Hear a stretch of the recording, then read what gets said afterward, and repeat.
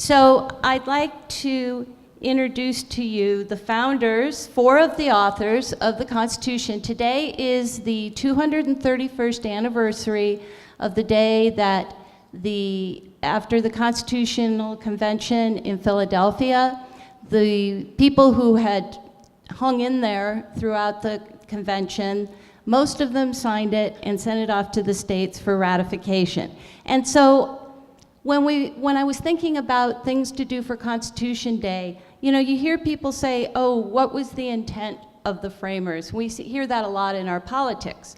So I thought, well, let's ask them.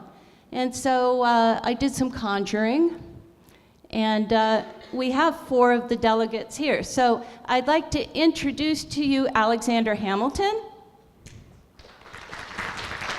Come on up, gentlemen. James Madison, Charles Pinckney, and Benjamin Franklin.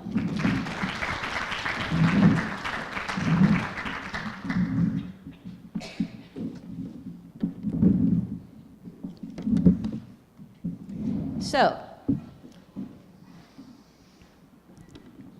Constitution Day was started in 2005 after then living West Virginia Senator Robert Byrd saw a survey that showed how little Americans knew about the Constitution and the form of government it created.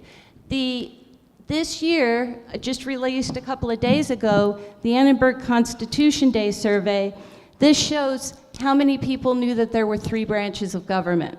So as you can see, about a third of the population knew all three. But you can see those other numbers are not so promising.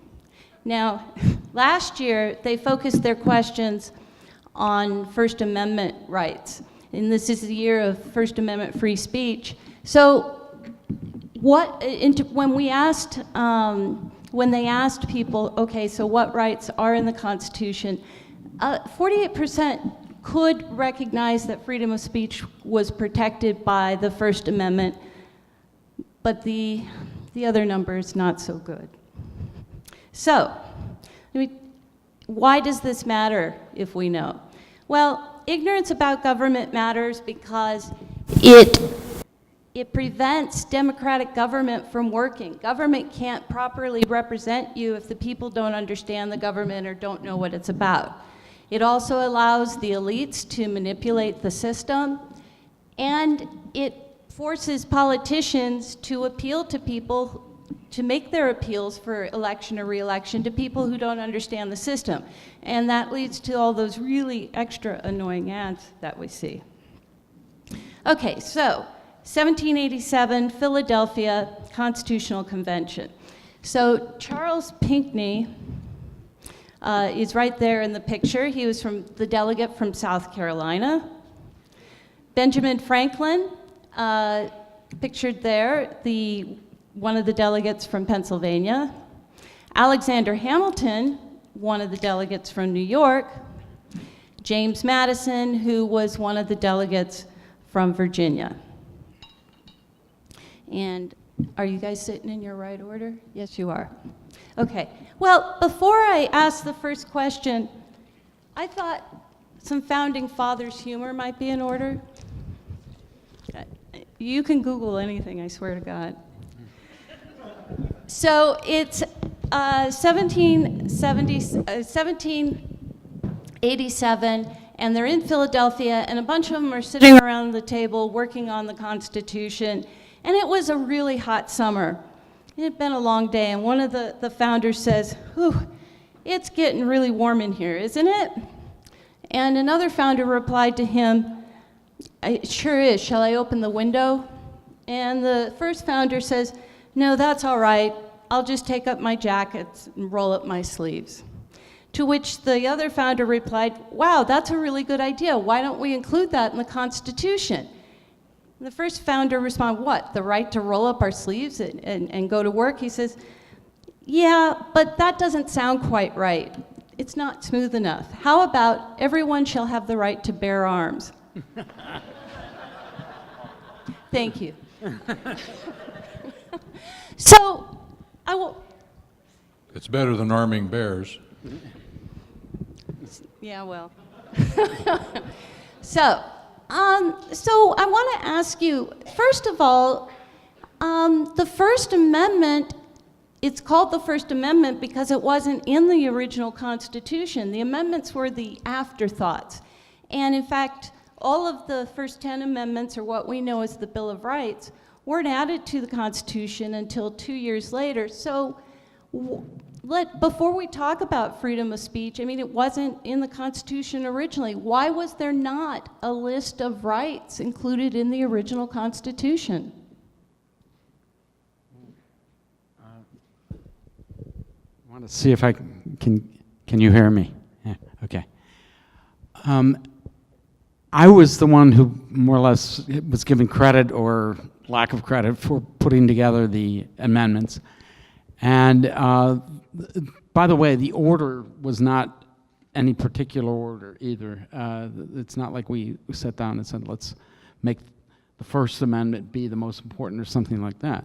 But when we were putting together the Constitution, we were concerned about forming a stronger central government. We were not concerned with delegating or enumerating the rights of the people. Those we felt we more took for granted because we were afraid by enumerating them we might leave one out, and then a government that sought to be tyrannical might later, take that away from people and not allow them to practice it. So myself and my colleague, Mr. Hamilton in particular, didn't really see the point of having a Bill of Rights to begin with, philosophically. If I might add to that, I thought the idea to be dangerous. Dangerous? What do you mean? Dangerous, because if you start to enumerate specific rights, then all else could be expropriated. But there were a variety of provisions within the Constitution that did contain references to rights. For instance, habeas corpus, one of the most ancient rights in the English-speaking world, is there in the original text of the Constitution. I thought it more appropriate, if we are to discuss rights, that it should be enumerated by the various states instead of the federal government. So there are a variety of very good reasons why I thought it was dangerous to start limiting rights to that which we amended. It was far better left to the individual states. And just along those lines, too, to emphasize, our purpose in meeting in Philadelphia in 1787 was to work out a better blueprint for government. And those, that was our primary focus and our charge. If I may, and Mr. Madison, if to add to what you had to say, I believe your position was that no Bill of Rights was better than one that might be ignored. Yeah. Sorry, yes. There were a variety of problems with that the Bill of Rights, or enumerating rights, could be dangerous, it could be pointless, and if those rights were enumerated and then ignored, they would be seen as a negative aspect of the government. So we thought long and hard about a lot of these things, and one of the things I want to emphasize to everybody, we didn't all agree with each other. That's a point that I think can never be made enough. We had to compromise on a number of issues, always seeking not to compromise on principle, but compromise nonetheless, and that is, I think, a word that's I'm concerned is maybe taking on a meaning of somehow weakness now. And I think we've covered most of the reasons that it didn't get in. I'm going to leave the last one to Mr. Franklin, because a lot of the civil rights that come up to be protected are already included in state constitutions. However, I would also like to mention that on August the 20th, about 1 month before the convention ended, I submitted a proposal of 11 different conditions that should be protected. Now, I will also have to say that freedom of speech was not one of those, but it did include many of the civil rights that did get included in the 10 Amendments, and was actually able to get no religious test for public office included in the body of the Constitution itself. And with that, I'll turn it over to my distinguished colleague, Dr. Franklin. You will notice that I've been largely silent during this conversation. That is because I believe that when a man has nothing productive to add to the conversation, he ought not add anything at all. The reality, though, was when the Bill of Rights was under consideration, I had already moved on to my reward. That having been said, I have no problems with the inclusion of the Bill of Rights because I had no illusion about what we were doing in Philadelphia in the summer of 1787. We were not there seeking perfection. We were there seeking a workable plan of government, and I freely admitted that the plan that we had adopted did not meet all of my expectations, but then I'm not sure any plan could. So the fact that the Constitution was amended almost immediately troubles me not at all, because it was not a perfect document and was susceptible to change. I would also like to bring up, there was quite a bit of discussion in the convention over this issue of rights. One of Mr. Madison's colleagues, George Mason, introduced several provisions to be included, as well as and we seconded and reinforced each other's thoughts about that. Mr. Mason was so upset that nothing was included to guaranteeing the protection of civil rights that he actually left the convention without signing the document. At the same time, Eldridge Gary from Massachusetts brought up many provisions as well, trying to get these protections included within the body of the Constitution. So I don't want you to have the impression that there was nothing going on talking about these. Most of it came much later in the discussions before the close of the convention, and the work was done because, as was mentioned earlier, the primary purpose was to develop a workable governmental structure for the country itself. Thank you. And in case you missed the allusion, when Dr. Franklin said he had gone on to his reward, he had died by the time the Bill of Rights was being written and ratified. I'm sorry, I thought that was understood. My apologies. Well, reward, I don't know, you know. I was dead there. So the First Amendment that was eventually written and ratified and added says Congress shall make no law regarding an establishment of religion or abridging the free exercise thereof, or of speech or of the press, or the right of the people peacefully to assemble and to petition government for a redress of their grievances. So the part that I want to focus on is Congress will not abridge the right of freedom of press, speech, or the press. What were you thinking of? So was there a particular kind of speech that was most important to you, or was all speech equal? Excuse me, before we get to answering that question, could I ask Mr. Madison how he became such an ardent supporter of the Bill of Rights after he opposed it during the convention itself, and became known as the father? Yes, there's a certain irony in the fact that I philosophically opposed the idea of a Bill of Rights and then come down in history as known as the father of the Bill of Rights. I would give credit to my... Would you prefer we called you the baby daddy of the Bill of Rights? Sorry. No, especially since Dolly and I had no children of our own. It's the only thing I ever fathered. So the George Mason, who was mentioned, I like to think of as the grandfather of the Bill of Rights because he was most ardent in pushing for it. And it was really a classic example of where philosophically I did not agree with him, but pragmatically, in order to get on board the so-called anti-federalists like Mason, those who oppose the Constitution, this was their major argument.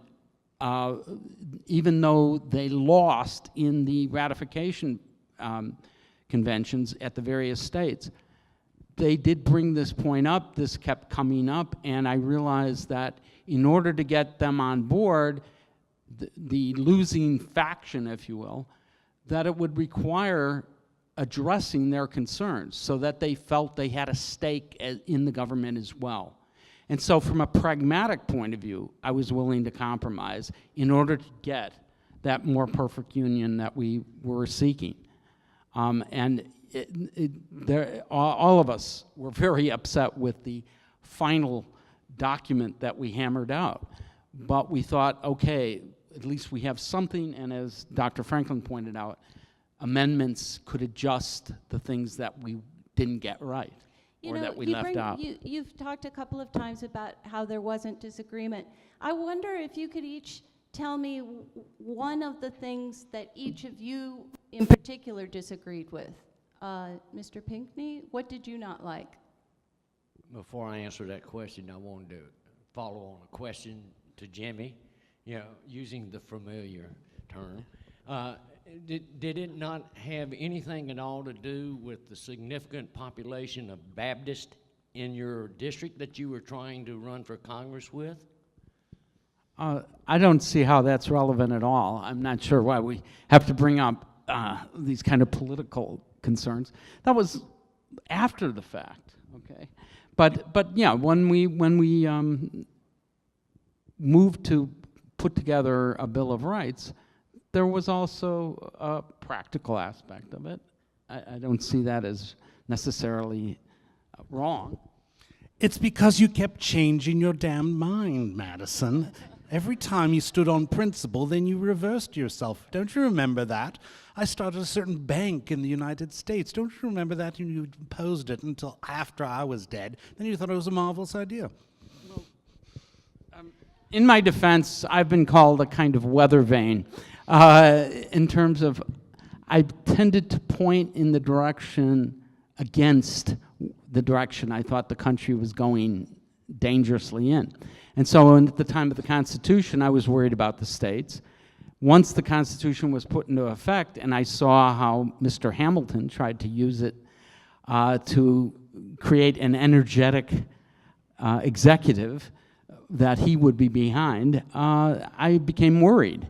And I thought that the pendulum was swinging too far the other way. And so if that sounds like someone who's unprincipled, well, I'm sorry. But I believe that I was the one who stood firm while all around me were losing their heads. Perhaps it would be wise at this point if the voice of wisdom spoke. Gentlemen, rather than engaging in these petty disagreements that characterized our debates in Philadelphia in 1787, may I remind you of something I said in my concluding remarks? And that is, rather than airing those opinions of error, perhaps it's in our best interest to sacrifice those opinions to the public good. So tell me something you didn't like about the Constitution. Well, I mean, just, One thing.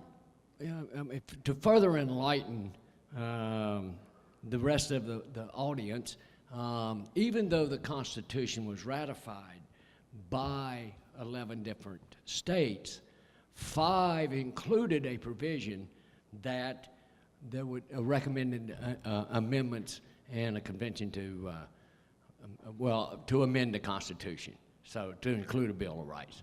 So in my opinion, in the original body of the Constitution, in the various articles, I think there are 2 things that were not included that should have been included. And one was the right of jury trial for civil offenses. The other one was quartering of troops in private residences. And most importantly, this is 3, I can't count, was freedom of the press. So, and if you look in the body of the Constitution, there is no provision for freedom of the press. Dr. Franklin, what provision did you quarrel with? I make no bones about the fact that as one of the founders of a Philadelphia manumission society, it troubled me deeply that the issue of slavery was not addressed and resolved by the convention. Mr. Hamilton? Article 9, Section 9, Article 1, the slavery provision was absolutely, I was in agreement with Dr. Franklin on this matter.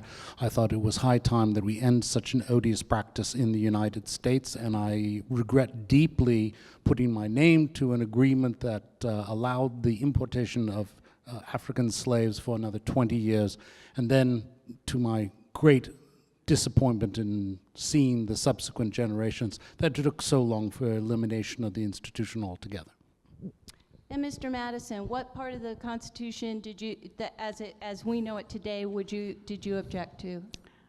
Well, seeing as I'm also known as the father of the Constitution, I have to take some pride in my progeny. On the other hand, the Virginia plan that I first proposed would have given much more power to the large states, and I felt that the states generally retained too much power under the Constitution as it was framed.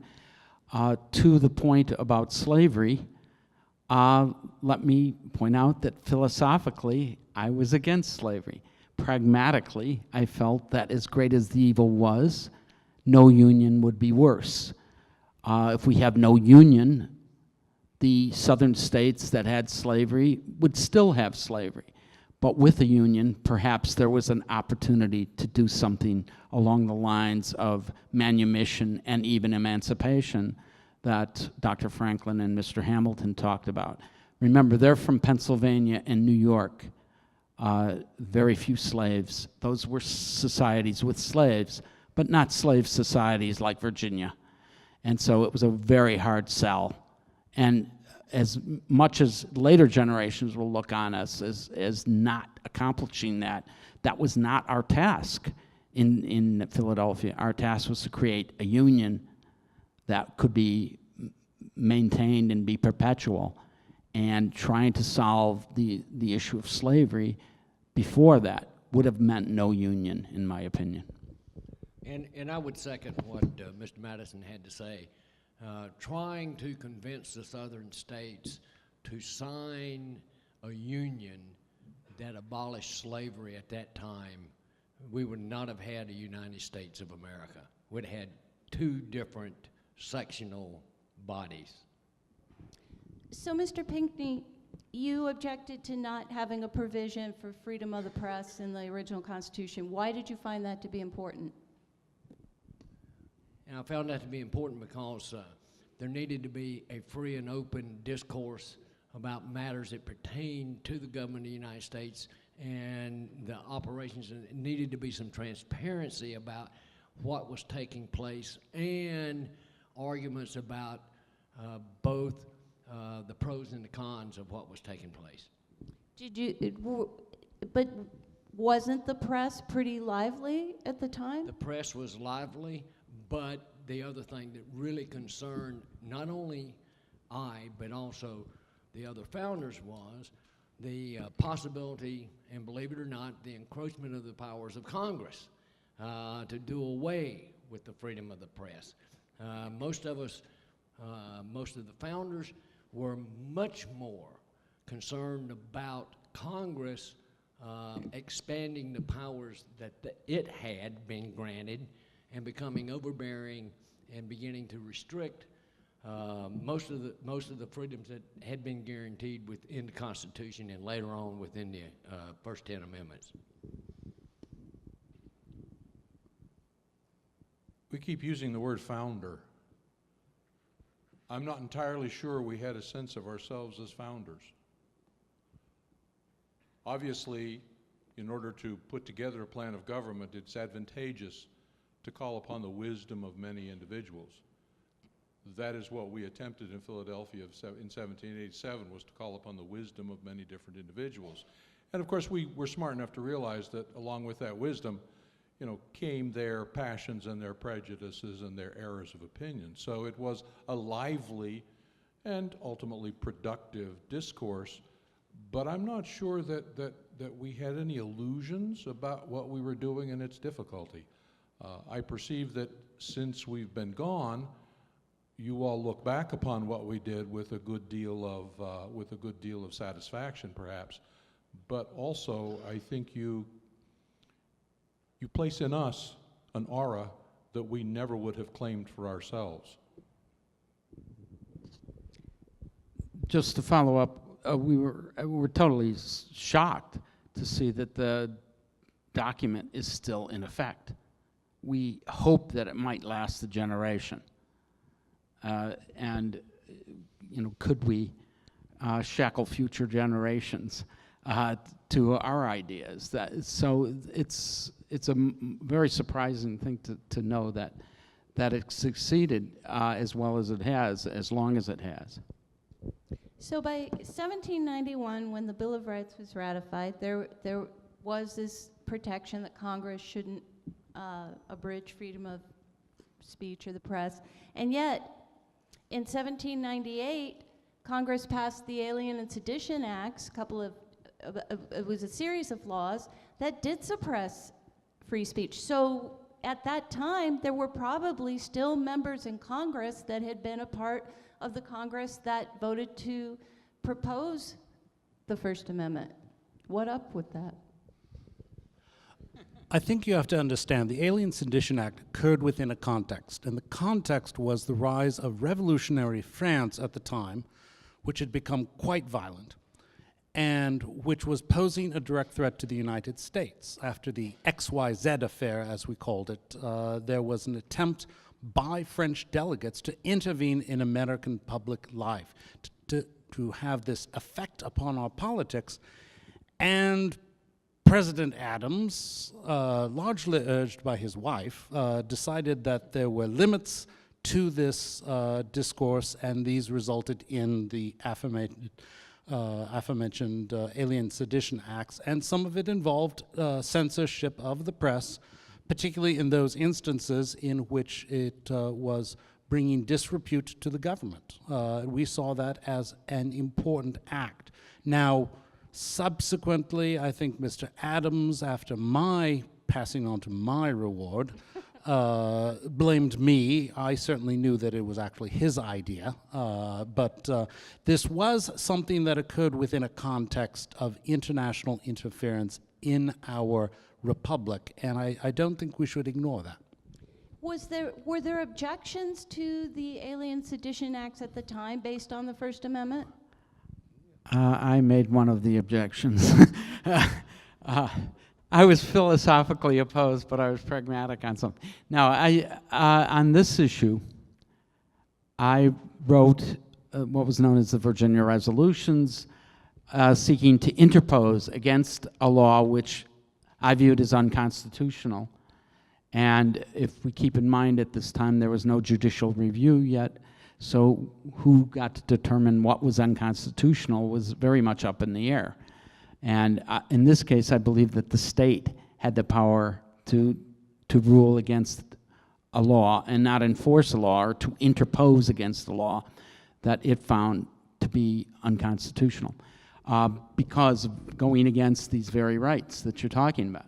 But my dear Mr. Madison, doesn't that run directly counter to your initial proposal in the convention to give the federal government the right to overturn state law? I mean, it was you who claimed that states were too powerful, and now you're telling us that in this instance, they should have exercised right, power. Exactly. 11 years later, the pendulum had swung too much in the other direction, I felt.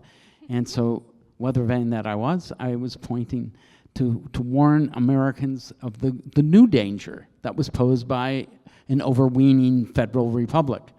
The other point that I wanted to make is that it was Jefferson wrote the Kentucky resolutions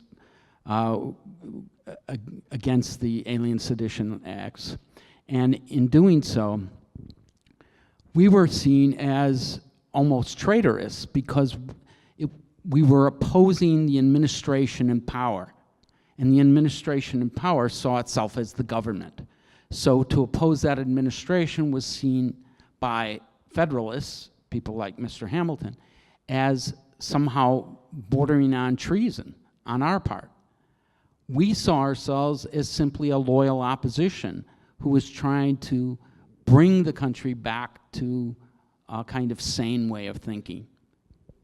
Speaking of the press, sometimes we're in a period at the moment where sometimes people accuse the press of being biased and unfair to some people.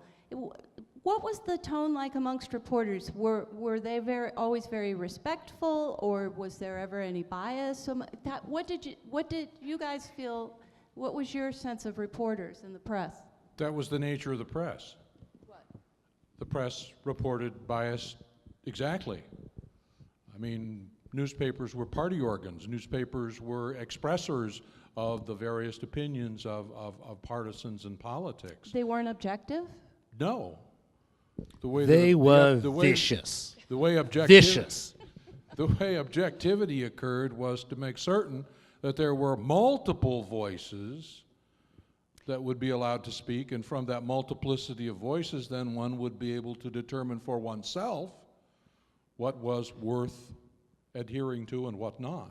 Mr. what- Hamilton, you seem to have hit a nerve. Absolutely not. This was calumnies. Calumnies directed primarily against myself. Now, I do believe that I had some instrument in founding the New York Post, and therefore was interested in this subject. But the variety of scurrilous and utterly untrue things that were written about me in the Republican press, primarily by your grandson, Dr. Franklin, it was unconscionable that Are you people would calling write it that. fake news? There was no sense of reality. This was, if there were to be an analogy to contemporaneous, this is entirely opinion pieces. Typically speaking, what a newspaper editor would do was get other newspaper editors' papers and use what was available and with which he or she agreed most commonly, and then simply not pass on the rest of it. And so it was always opinion. It was always opinion. The idea of reporters didn't exist yet. The idea of an objective press did not exist yet. What did exist was partisan political papers that were exclusively directed at the other side, and in particular myself. In fairness, Alexander, we all came under the direct and often vicious lamentations of the press. I don't know that it necessarily directed at you alone. What I will admit, though, that as one of the founders of the opposition party to Mr. Hamilton's party, this is after we had worked together to get the Constitution through. But I became alarmed at some of the proposals and policies that he followed as Secretary of the Treasury. So working with my good friend Thomas Jefferson, we sought to balance the abuse of power that we saw going on by Mr. Hamilton with a press that, as my friend Jefferson said, basically sought to tear him apart. And we felt that was in the interests of the Republic, because we feared that he was taking his legitimate power too far, which of course is tyranny. It's taking power that is given to someone and then who abuses it. And we felt that Mr. Hamilton was abusing his power. With all due respect, Mr. Madison, because I occupied a lofty position in those days, I remember that you and Mr. Jefferson imported one James Freneau from Italy, placed him on the payroll of the State Department, and made him the editor of a newspaper that published what you wanted them to publish.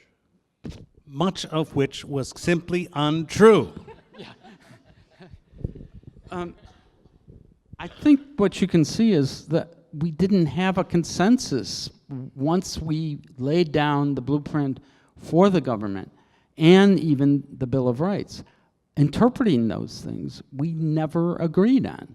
And I think you can maybe take some hope in your own time to realize that we've been through this before. We've been through these kind of disagreements before. We've got past them, sometimes far more vicious than anything since. And, that, again, to get away from this notion that we were all just of one mind, and somehow we've lost that over the 200 and some years since. No, we were never of one mind, and the Constitution itself sets out a framework in which we can argue, and that's what we do. And political parties were created to promote one side of that argument. Usually it was a side that I thought was right, that I sided with Mr. Jefferson against my old friend and ally, Mr. Hamilton.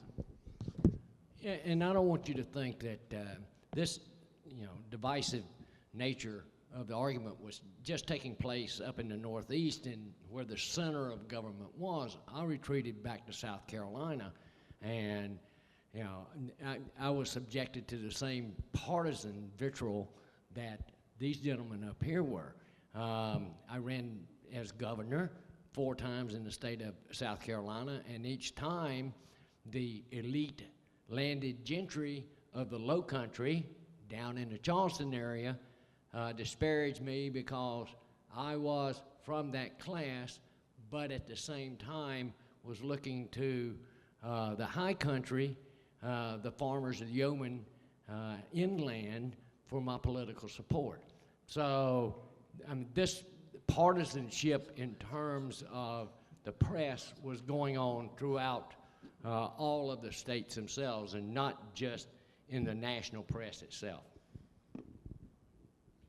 It is in this healthy disagreement, this active public debate, that wisdom is born. And I think that perhaps succeeding generations have come to the conclusion that somehow we were wise by definition. That is not the case. We learned as we aged, we learned with experience, we drew wisdom upon wisdom, and so long as the environment was open to the expression of competing viewpoints, it was possible for us to gain that wisdom. So lest you think that these public debates, these debates in which we engaged, were somehow pointless, fruitless, had no value, nothing is further from the truth. It is by so doing that we gain wisdom, and it's why even as a 16-year-old boy writing under the pseudonym of Silence Dogood, I indicated that the only restrictions on the right of free speech should be that people not hurt or control the rights of others. Apart from that, speech and expression should be largely open and free, and exchanges should occur without bound. I want to get some questions from the audience pretty quick here, but I do have one more question. Sometimes people ask about the pardon power. The Constitution gives the power to the president to pardon people of federal crimes. And was that a controversial provision when you were talking about it? Oh, very much so. There was a sense among most of us that there had to be some sort of power of pardon. There was, I think, a fair degree of consensus, but the question was over which crimes and who would be granted the pardons. I understood both sides. One group said that either one body of Congress or possibly both bodies of Congress would have to approve pardons. Others said that it lie with the chief magistrate, that is the president. I saw both sides, particularly when it came to one particular crime, and that is treason. And treason was the one crime that I saw particularly the need to be very careful in how this grant of pardon would be made. At the same time, I recognized that it ought to be in the power of the chief executive to make pardons and make it on his own power. The reason being that, particularly during Shays' Rebellion, but also the Whiskey Rebellion in this part of the country, a well-timed offer of pardon to critical leaders within a rebellion could, in fact, end the rebellion with very little bloodshed if timely offered. And unfortunately, Congress and Senate are not timely bodies. The chief executive is, and that is why I thought it resides in the president.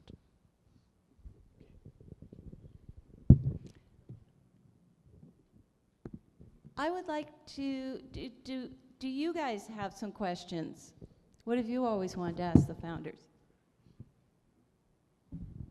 This is a question that Mr. Madison about Mr. Hamilton. You said that you opposed his banking system that he was coming up with. Did you think he was creating a conspiracy to take all the money? Well,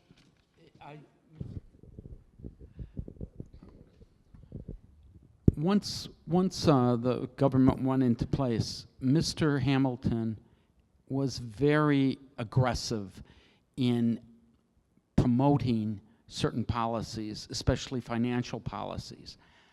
I became very concerned about this, and specifically, one of the things that he did was he wanted Congress to authorize a Bank of the United States.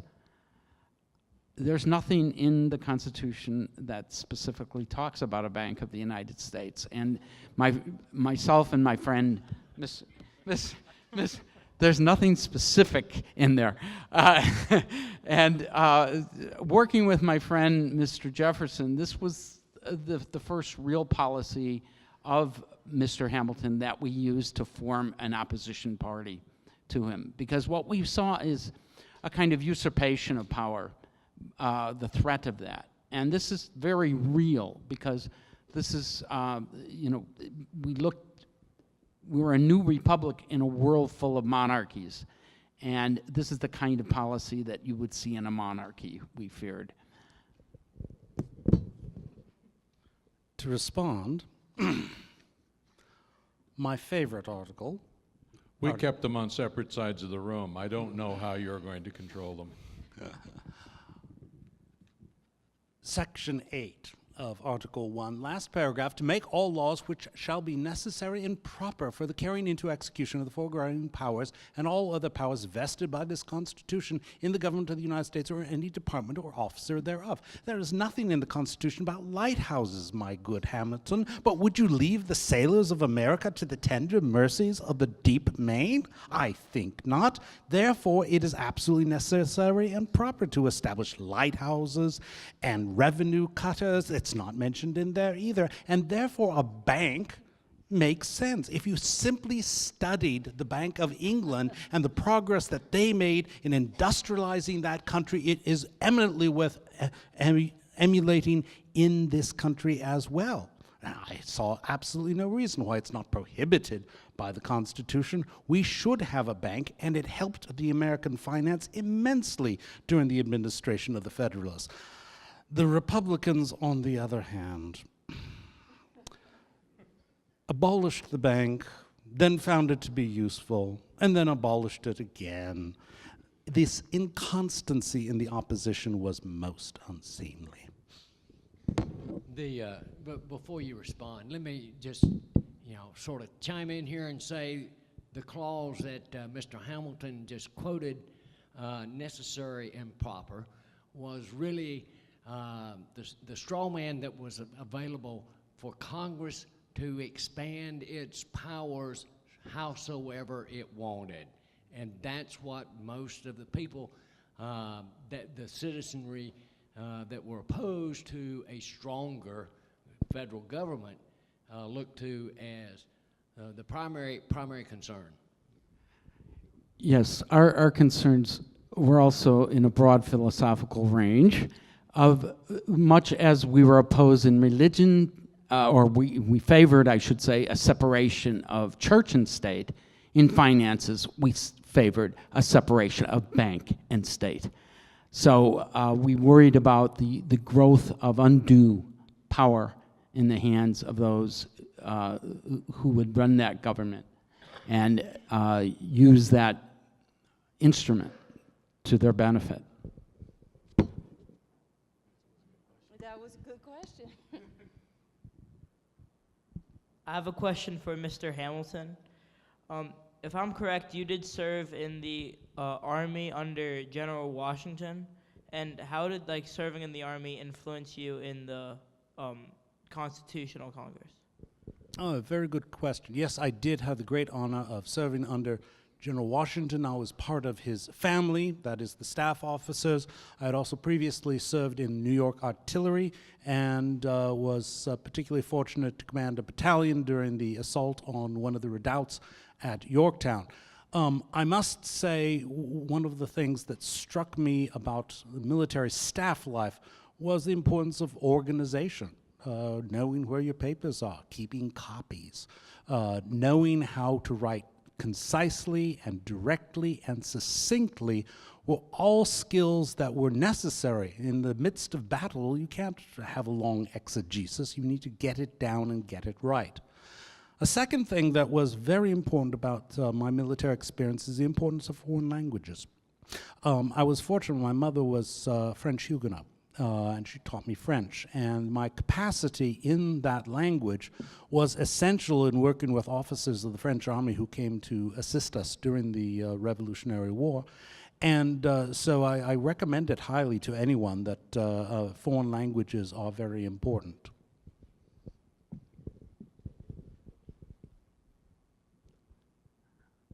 I didn't serve, so I can't answer. Merci, Mr. Ham.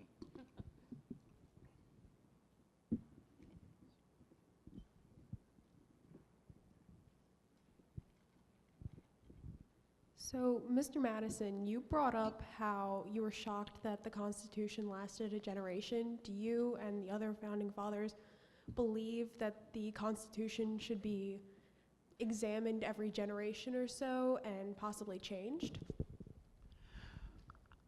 One of those things that I lived till 1836, so I was able to see it last more than a generation. In making it, though, we didn't know if it would work to begin with. I mean, we certainly put our hopes and trust in it, but we didn't know if succeeding generations would accept it. You know, and I think the hope or the in terms of its perpetuity, the amending process gives away, much like general science does. If a proposition is wrong, you can correct it, okay? And in the same way, the amending process, which is not easy to do, but can be done, this is another means to allowing future generations to make adjustments without having to scrap it entirely. And I think that's very important because it's always easy to know what's wrong with the government that you have. It's never really clear that just getting rid of it will be enough. You have to replace it with something better. The amending process is a kind of check and balance on that, perhaps. Let me follow up. I mean, first of all, you have to understand that, as Mr. Madison said, this was essentially an experiment. We just run a 10-year experiment under the Articles of Confederation, and it come to the conclusion they weren't working very well. So we needed to change what we had in place and look for something better to govern the United States of America as it exists. And secondly, this had never been done before. I mean, these forms of government that we were coming up with, there was no model out there to just, plug things into and go from. This was all originated from a synthesis of lots of political philosophy and political science that existed at the time. So the fact that, it lasted as long as it has, we're really proud of that, but the probability that it would have lasted this long was probably not in our favor. We all agreed that a general government was in the best interests of the country. The country needed a general government that could do what needed to be done, that possessed the power necessary to the task. We also understood that a general government, if administered properly, would be a blessing to the people. any general government administered poorly would become a tyranny to the people. So I think from my vantage point, the fact that it has lasted as long as it has is a credit to succeeding generations who, by and large, administered that general government wisely.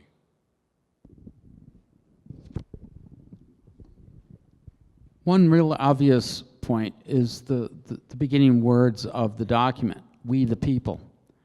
I think that both makes the point of the perpetual nature, or at least the continuing nature of this document, but also its ability to adjust. Because in 1787, when we talked about "we the people," we didn't mean what you mean by "we the people." And so the framework that we set up was flexible enough to adjust to the notion in subsequent years of including more and more non-propertied white men, slaves, women, others, into this collective of the people. Hello, my question is the writing of the Constitution was to limit, you guys believe that Congress, the legislative branch, was going to be the most powerful. That's why you had so many checks and balances for it. Did you guys just not expect how powerful the executive branch would become over time and as we see today? And therefore, what should we do now to limit the power of the president, and how should we do that? Well, I must say I was always a very big fan of Article 2, the executive, and the ability to get things done. And one of the key elements in my mind was that Congress, by its nature in our days, did not sit all year. In fact, it sat for only brief periods of time and had a difficult time making up its mind. And thus, the day-to-day affairs of government devolved quite naturally upon the chief magistrate, and that is the president. And I thought that it was natural. We had departments that had to take care of, for instance, the revenues. Most of the revenues of America at that time went through the Treasury Department in the form of tariffs. But other functions were out there. Mr. Jefferson, during my time, was Secretary of State, and other positions had to be fulfilled. The foreign policy of America doesn't end during the legislative term, nor does the tax collection end at the end of a legislative term. So I thought it was entirely appropriate that the executive should have considerable power. Indeed, I had proposed a much more expansive executive in my plan for the Constitution, but unfortunately after 6 hours of what I thought was rather persuasive speaking, no one adopted it. Perhaps because your proposal sounded too much like England in terms of energetic executive indeed. Energizer Bunny. Have you been watching TV? Yeah, they allow us when we come back to watch TV a little and catch up on things. But yes, Mr. Hamilton was always more interested in an executive that had more power.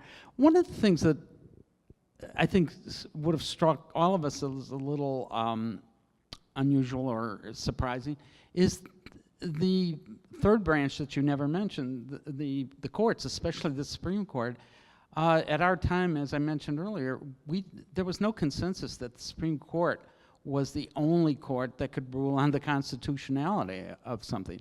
The very Virginia resolves and the Kentucky resolutions that Mr.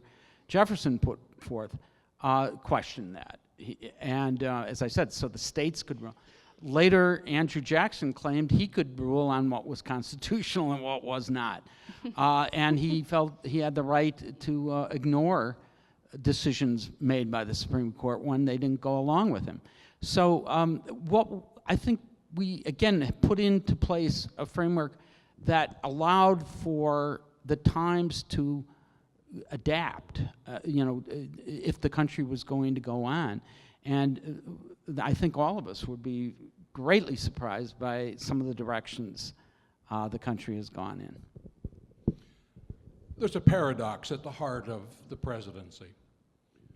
In the first place, I think, regardless of his dismissive attitude, Mr. Madison would agree that given our experience, we understood the necessity of an energetic executive. Without energy in the executive, effective government cannot occur. I think Mr. Hamilton made that point rather nicely. But on the other hand, to a man, we were fearful of the concentration of power and the degree to which that power could be abused and arbitrarily exercised. We were conscious of the paradox at the heart of the executive, at the executive branch. But we were confident, I think to a man, that the first executive would be General Washington. And General Washington had demonstrated to us rather convincingly over the course of his career that he cared not one whit for power. And so our belief, our firm belief was that General Washington would set the precedent necessary in order to turn the executive office into the office we envisioned, even in the midst of the paradox at its center. Just to follow up on what Dr. Franklin said, just an example of this. Napoleon, when it was reported to have said that he thought George Washington giving up power was the greatest act of an individual he had ever heard of in history. It's something Napoleon himself couldn't do, as he said on his deathbed. They wanted me to be another Washington. This is highly unusual at any time in history. And I think Washington, while he may not have been an intellect on the order of a Thomas Jefferson or an Alexander Hamilton, he set precedents for the executive that assured all of us a lot more about our concerns about the potential for tyranny, because he showed the road that could be walked by someone who had that kind of power and yet chose not to use it. And just to follow up, as I mentioned earlier, the overwhelming majority of the delegates were much more concerned about Congress expanding their power and becoming the most powerful one. And if you structurally, if you look at Article 1 and Article 2, the powers given to Congress, the legislative branch, there are 13 enumerated powers within Article 1 for the legislative branch, to include the necessary and proper clause, which essentially allows you to do whatever you think you want to do. And in Article 2, the powers of the executive, there are only 3. So Congress was much more to be wary of than the executive themselves. Well, and so how do we get to the point that we contemporarily at? Congress deferred a lot of those powers that they were granted and delegated a lot of those powers they were granted to the executive branch. We're going to have one more question. Or not. So something I want to say at the end that I don't say at the beginning. First, I'm going to introduce the alter egos of these gentlemen, but I do want to say they have done the best that they can to represent faithfully the characters which they're portraying. And they may not agree with the positions of and that's really important to them, that you know that they were just channeling to the best of their ability based on their studies. But I have to thank these guys. They faithfully put these very warm costumes on, and I really appreciate their work. So, as Charles Pinckney, we have Dr. Mac Fiddner.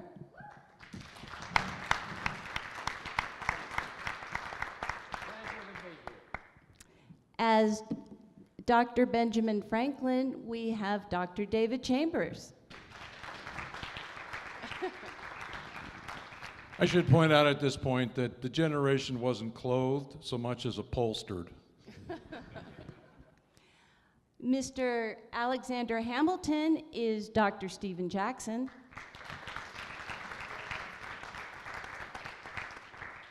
And Who has a musical named after? yes, he has a musical now. And Mr. James Madison is Dr. Joe Mannard.